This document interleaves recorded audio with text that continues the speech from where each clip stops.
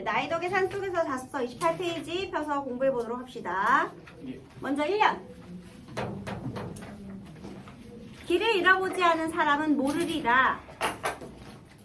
터덜거리며 걸어간 길 끝에 멀리서 밝혀져 오는 불빛의 따뜻함을 표현 방법 뭐죠?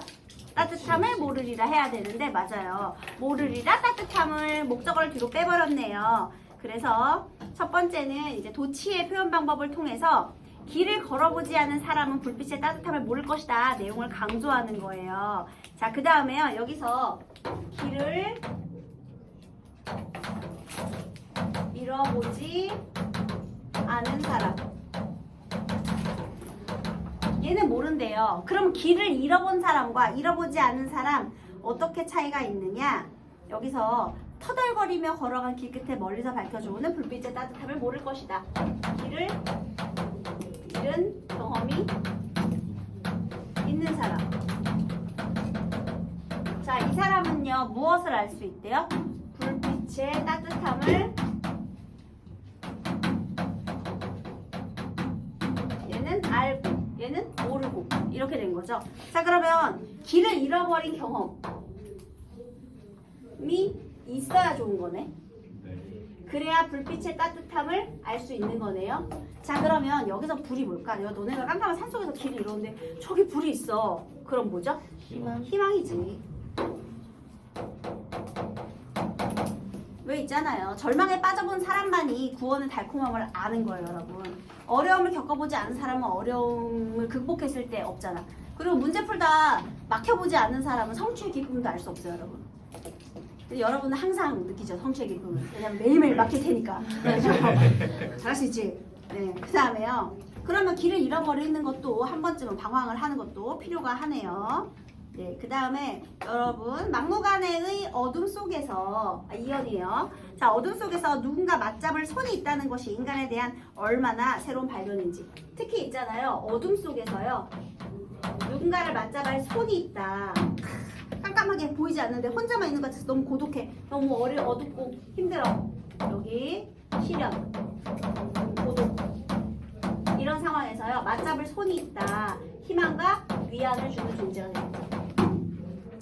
그 다음에요. 여러분 여기서 불빛은 밝고 어둠은 어둡잖아요. 그러면 어둠 속에 불빛이니까 명암 대비가 있죠. 밝음과 어둠의 이미지 대립이 있고요. 그래서 그 누군가 맞잡을 손은 인간의 손이잖아요. 그럼 결국은 인간이 인간에게 위로를 받을 수 있다. 그러니까 인간에 대한 새로운 발견이다 이런 말을 한 거예요. 왜 있잖아요. 사람한테 상처를 받아도 결국은 사람으로 치유를 해야 된다. 뭐 이런 느낌이 있을 수 있고요. 그 다음에 또 어쨌든 인간에 대한 새로운 발견, 인간이 누군가에게 위로와 위안을 주는 존재가 충분히 될 수 있다라는 깨달음을 얻었다는 거죠. 그렇죠? 그래서 여기서 경험과 깨달음을 얘기하는 거예요. 1년에서는 경험, 2년에서는 깨달음.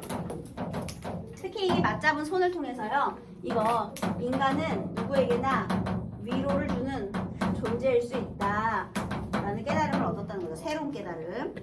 그 다음 3년. 산속에서 밤을 맞아본 사람은 알리라. 자, 이번에는 밤을 맞아본 사람. 얘랑 똑같은 거죠. 이거 3년이에요.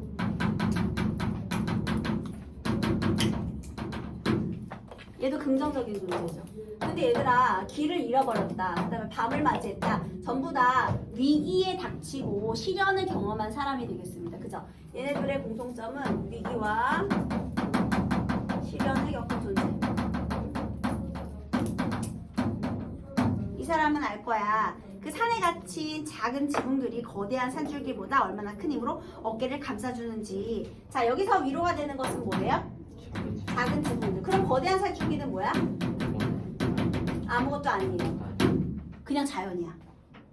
그냥 아무것도 아니야. 근데 여기에서요 막 시련 이런 의미를 부여하면 안 돼요. 그냥 거대한 자연이거든요. 그런데 그런 큰 줄기보다 그 산에 갇힌 작은 지붕들이 얼마나 큰 힘으로 어깨를 감싸주는지. 왜 작은 지붕들이 위로가 될까요? 내가 쉴 수 있는 곳이니까. 불빛하고 똑같죠? 이 지붕은 사람이 사는 거잖아. 시련이 아니에요. 지붕이요? 아니요. 산의 줄기? 아니에요. 얘는 그냥 아무것도 아니야. 위로가 될 수는 없지만 실현은 아닙니다. 그냥 자연에 있는 거니까. 그냥 아무것도 아니에요. 거대한 산줄기는. 왜냐면 거대한 산줄기가 나한테 뭘 한 건 아니니까. 네. 그래서요.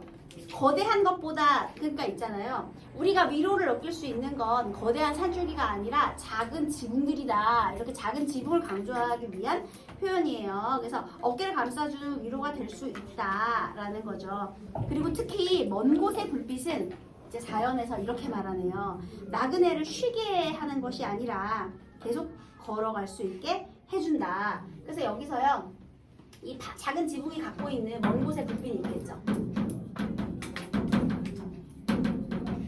결국은 이 먼 곳의 불빛에 대한 깨달음인데요. 자, 여기서 이제 자연에서 또 경험과 깨달음으로 되어 있거든요. 경험과 깨달음, 그리고 또 여기서 경험과 깨달음. 먼 곳의 불빛 나그네를 쉬게 하는 게 아니래요. 계속 걸어갈 수 있게 해준대요. 그러니까 무슨 의미죠? 계속 걸어갈 수 있습니다. 도와주는 원동. 맞아요. 동기가 되고 원동력이 되고 그 다음에 그런 걸 우리 희망이라고 하죠. 자, 다시 일시적인 휴식. 이건 중요하지 않아요. 왜냐하면 나그네를 쉬게 하는 것, 일시적으로 편안하게 쉴 수 있는 게 아니라 지금 잠깐 쉬는 게 중요한 게 아니야. 이 먼 곳에 있는 불빛이기 때문에 이것이 아니라 뭐가 된다? 계속 걸어갈 수 있는 힘이 된다. 그게 바로 계속 걸어갈 수 있는 힘. 그러니까 원동력, 희망이 되는 거죠.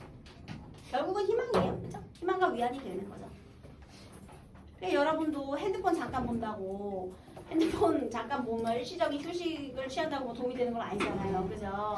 내가 롤 딱 한 판만 하면은 되게 공부 열심히 할 수 있을 것 같지만 그렇지 않아요. 거기에 쏟아부은 에너지 때문에 엉망진창이 되지. 그동안에 공부했던 거 다 날아가고 그러지 말고 이 먼 곳의 불빛처럼 계속 걸어갈 수 있는 힘을 가지고 열심히 지치지 말고 노력해라. 이런 내용이 되겠네요. 삶의 태도거든요. 그러면 얘는 어떻게? 그런데 여기서 중요한 거 아까 인간 얘기는 왜 나왔죠? 우리도 누군가에게 이런 존재가 돼야 된다. 그러니까요.